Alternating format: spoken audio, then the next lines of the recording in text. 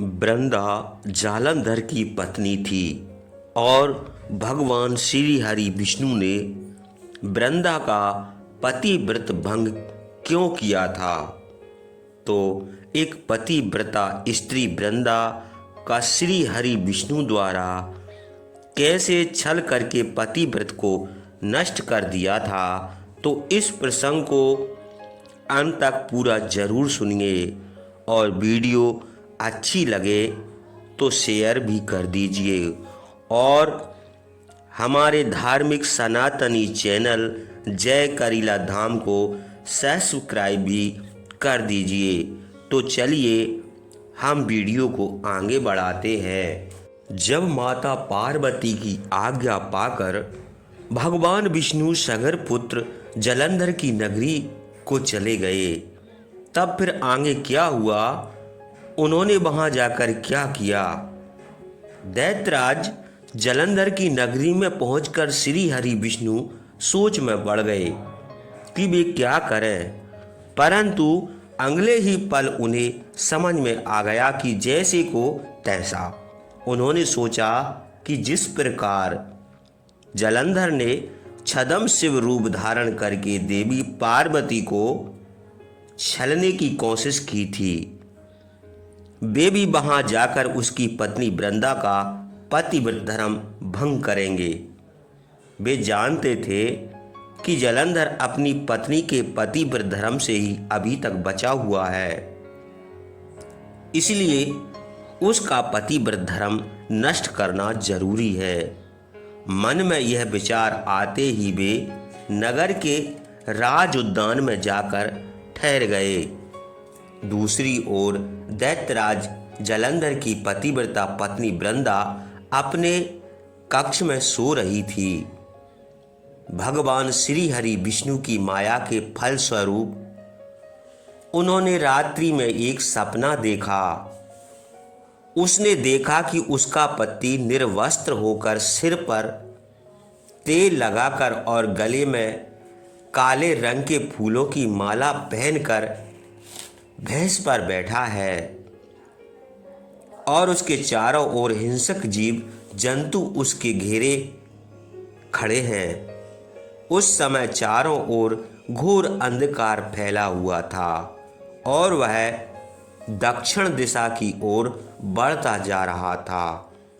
ऐसा सपना देखकर वह डर गई और उसकी आंखें खुल गईं।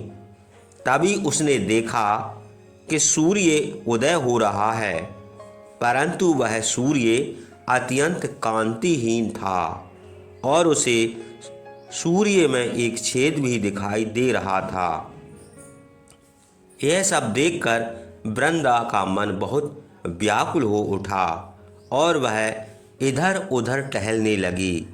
कभी छज्जे और अटारी पर चढ़ती तो कभी जमीन पर बैठ जाती, परंतु उसे चैन नहीं था। जब इस प्रकार वृंदा का मन शांत ना हुआ तो वह मन की शांति प्राप्त करने हेतु उद्यान की ओर चल दी, परंतु उस निर्जन उद्यान में उसके पीछे सिंह के समान दो भयंकर राक्षस पड़ गए। वृंदा उन्हें देखकर बहुत डर गई और अपने प्राणों की रक्षा करने के लिए वहां से भागने लगी। भागते हुए उसे सामने से आते हुए एक तपस्वी दिखाई दिए। भयभीत वृंदा उन मुनि से अपने जीवन की रक्षा करने के लिए प्रार्थना करने लगी। उन तपस्वी ने अपने कमंडल से जल निकालकर उन राक्षसों को ललकारते हुए उन पर जल छिड़क दिया। जल छिड़कते ही दोनों राक्षस वहां से भाग खड़े हुए। तब वृंदा ने दोनों हाथ जोड़कर उन तपस्वी को प्रणाम किया तथा उनका धन्यवाद व्यक्त किया। तत्पश्चात उनको अत्यंत दिव्य और शक्तिशाली जानकर वृंदा ने उन मुनि से अपने पति दैत्यराज जालंधर के विषय में पूछा।